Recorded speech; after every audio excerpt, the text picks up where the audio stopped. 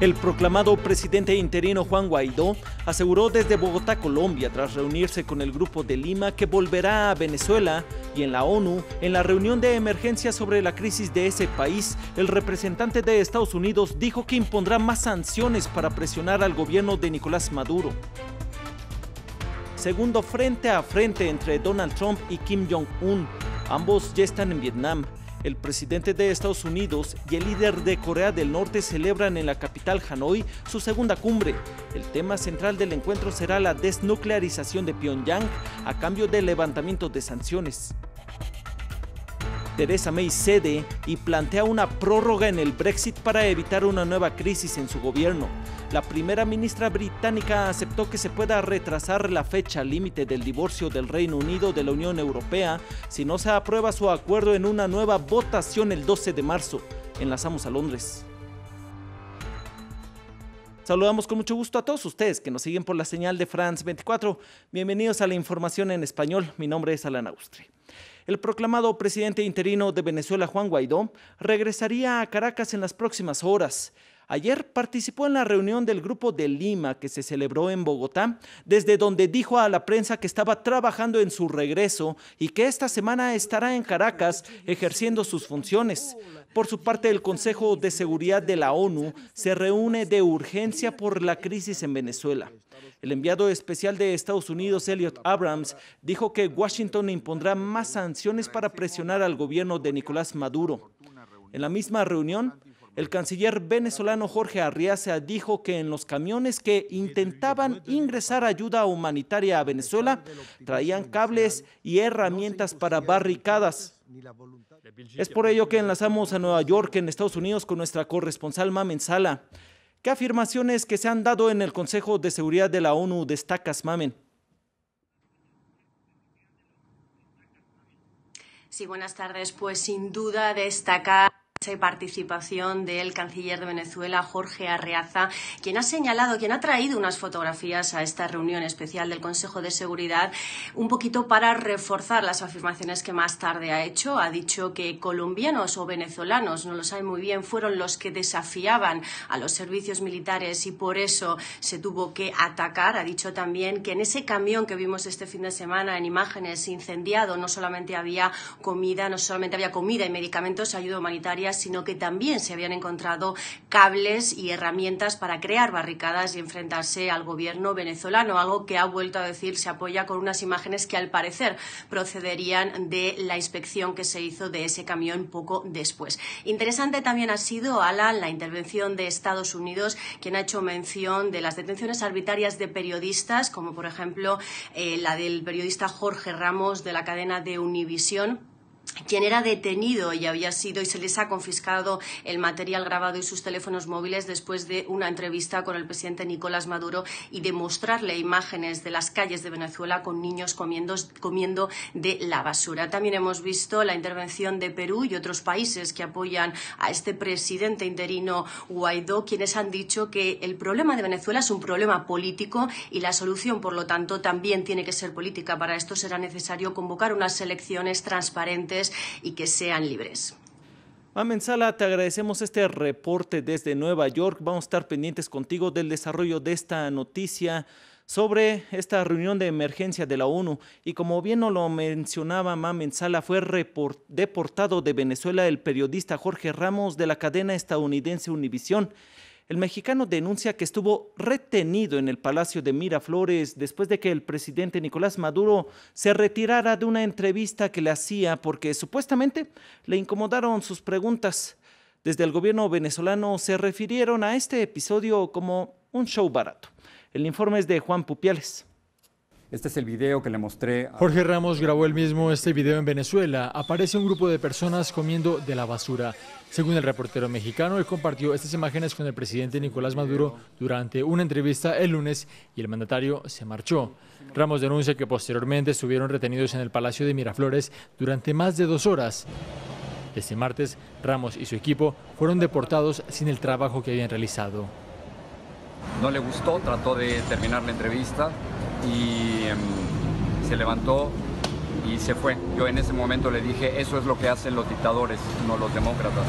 Inmediatamente después su ministro Rodríguez nos dijo que eso no es la entrevista que ellos habían autorizado y nos confiscaron las cámaras, nos confiscaron todo el equipo. Jorge Rodríguez, ministro de Comunicación, restó importancia al episodio. Por Miraflores han pasado centenas de periodistas que han recibido el trato decente que de forma habitual impartimos a quienes vienen a cumplir con el trabajo periodístico y han publicado el resultado de ese trabajo.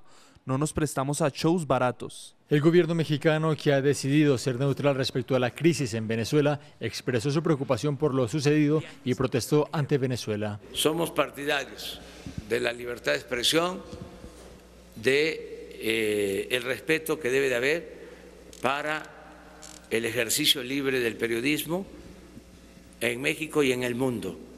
Esta no es la primera vez que Jorge Ramos realiza una entrevista en Venezuela. De hecho, es muy recordada su conversación en 1998 con el entonces candidato a la presidencia, Hugo Chávez. ¿Usted está dispuesto a entregar el poder después de 5 años? Claro que estoy dispuesto a entregarlo, no solamente después de 5 años, yo he dicho que incluso antes. Y el presidente de Estados Unidos, Donald Trump, y el líder de Corea del Norte, Kim Jong-un, ya se encuentran en Hanoi, Vietnam, para su segunda cumbre. El tema central del encuentro será la desnuclearización de Pyongyang. Esto tras el pacto que firmaron en junio de 2018, pero que aún no han materializado. Los dos líderes se reúnen mañana miércoles en una cena y el jueves concluirán la cumbre. El informe es de Yurani Arciniegas. Estados Unidos y Corea del Norte, juntos de nuevo para alcanzar sus intereses nucleares y económicos. El primero en llegar a Vietnam fue el líder norcoreano Kim Jong-un. Recorrió las calles de Hanoi en limusina y visitó la embajada de su país. Trump arribó a bordo de su Air Force One y se dirigió a su hotel. La desnuclearización de la península coreana y el levantamiento de sanciones contra Pyongyang son el centro del encuentro. No negociaría un fin del tratado de guerra a menos de que haya una desnuclearización de cantidades considerables de desmantelamiento de armas de destrucción masiva. Corea del Norte señala que ya ha dado muestras de desnuclearización por no haber continuado con sus ensayos balísticos y que pese a ello las sanciones en su contra continúan. Sin embargo, un informe de la ONU en agosto de 2018 indicó que Pyongyang sigue con su programa nuclear. La palabra clave es verificación. Independientemente de si los norcoreanos se dan por vencidos, ya sea en un par de sitios o en la promesa de no producir más material nuclear, tiene que ser verificable. Ya se retiraron algunos sitios después de la cumbre de Singapur, pero no permitieron que nadie lo verificara. Está previsto que el centro de la negociación de Washington sea convencer a Corea del Norte de poder convertirse en una potencia económica a cambio de una desnuclearización total, como lo anunció Trump previo a la cumbre. La primera ministra británica aceptó que el Parlamento tenga como última opción la posibilidad de votar un retraso del Brexit. Theresa May compareció ante la Cámara de los Comunes para informar del estado de sus negociaciones con Bruselas, destinadas a hacer algunas modificaciones sobre el divorcio ya negociado, esto a fin de que se pueda superar en Londres el trámite parlamentario. Después de este anuncio de May, la libra esterlina alcanzó su máximo nivel en 21 meses respecto al euro. La primera ministra informará mañana miércoles al Parlamento sobre su progreso hacia la obtención de un acuerdo del Brexit. Quiero tranquilizar a la Cámara comprometiéndome con 3 cosas. Primero, tendremos una segunda votación a más tardar el martes 12 de marzo. En segundo lugar, si el gobierno no recibe el apoyo en esta votación, presentará una moción que se votará a más tardar el miércoles 13 para saber si la Cámara apoya salir de la Unión Europea sin un acuerdo. El Reino Unido dejará la Unión Europea el 29 sin un acuerdo, solo si la Cámara de los Comunes lo apoya.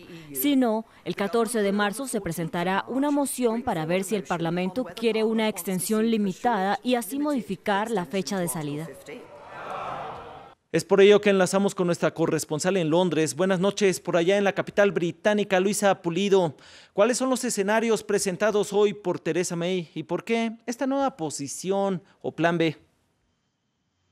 Presintiendo que su Brexit será nuevamente derrotado en el Parlamento para evitar una rebelión dentro del Partido Conservador de unos 20 diputados y la posibilidad de que 3 de sus ministros renuncien, la primera ministra ha regresado al Parlamento con un tono completamente distinto y por fin presentó un plan B.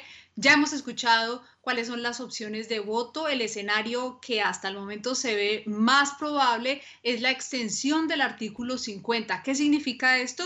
Que el divorcio ya no sería el 29 de marzo a las 11 de la noche hora local, sino que la fecha se extendería probablemente hasta junio, porque lo que se quiere evitar es que el Reino Unido tenga que participar de las elecciones de la Unión Europea de mayo. Para poder hacer esta extensión del artículo 50, la fecha del divorcio, los otros 27 integrantes de la Unión Europea tienen que dar su respaldo político.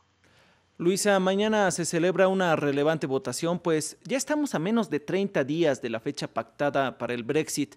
¿Qué se espera y en qué consiste?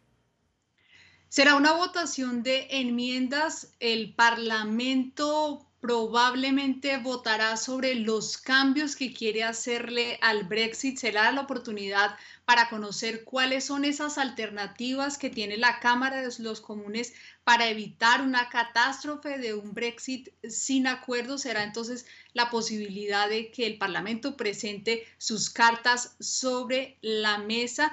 Y obviamente también será la oportunidad para medir ese ambiente que sabemos la primera ministra no tiene control sobre el Parlamento. Será un día bien importante, clave, porque como dices, estamos a 30 días para el divorcio por ahora y desde ya se anuncian manifestaciones de quienes piden un segundo referendo y de quienes exigen que el Brexit se respete.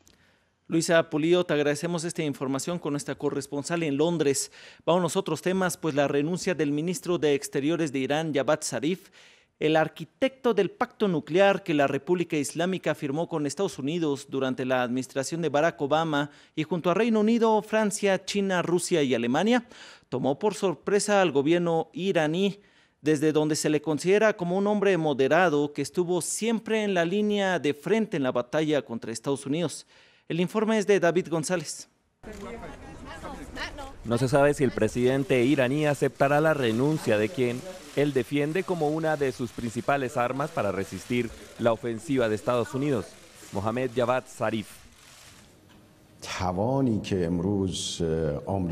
Como ustedes saben, Estados Unidos ha renovado sus esfuerzos para extender las sanciones que atacan nuestro sistema bancario, nuestras exportaciones de petróleo e impactan varios sectores de nuestra economía. Y nuestra primera línea de batalla está asegurada por nuestro ministro de Exteriores, el Banco Central y el ministro de Petróleo. Zarif fue el arquitecto del pacto nuclear que el presidente Trump decidió romper, y esa razón fue su mayor motivación para renunciar, tras lo que para algunos expertos fue el detonante, la visita de Bashar al-Assad a Irán, un espaldarazo a la línea más dura. Dentro de Irán, este sector señalaba a Zarif del fracaso y lo acusaba de los problemas económicos derivados de las sanciones.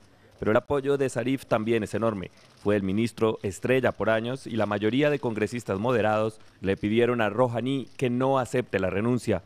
Para ello, su papel ha sido clave para contrarrestar diplomáticamente los efectos de los ataques de Estados Unidos y sus aliados en Medio Oriente, Israel y Arabia Saudita. Tan así que el primer ministro israelí le dedicó un tuit ante la eventual salida de su rival. Zarif se fue. Buen viaje. Mientras esté aquí, Irán no tendrá armas nucleares. A la espera de si Rouhani acepta la renuncia, en Irán reconocen que el pacto nuclear tuvo beneficios. En su momento le permitió a Irán acceder a $100.000 millones en activos y utilizar el sistema financiero de comercio global. Ahora la economía de Irán vive sus días más difíciles en años. Para finalizar, cambiamos la página, pues ya hay una cuenta atrás para el disparo de salida del famoso festejo brasileño. Y es que comenzará oficialmente el viernes el Carnaval de Río de Janeiro y ya se ultiman las compras de los disfraces y complementos que se lucirán.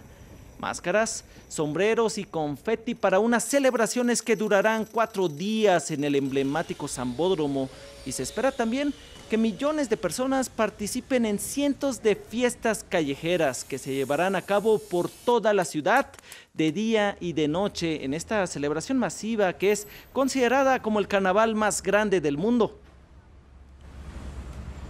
La información se detiene aquí en France 24. Les agradecemos su compañía y siga con más noticias al momento en france24.com.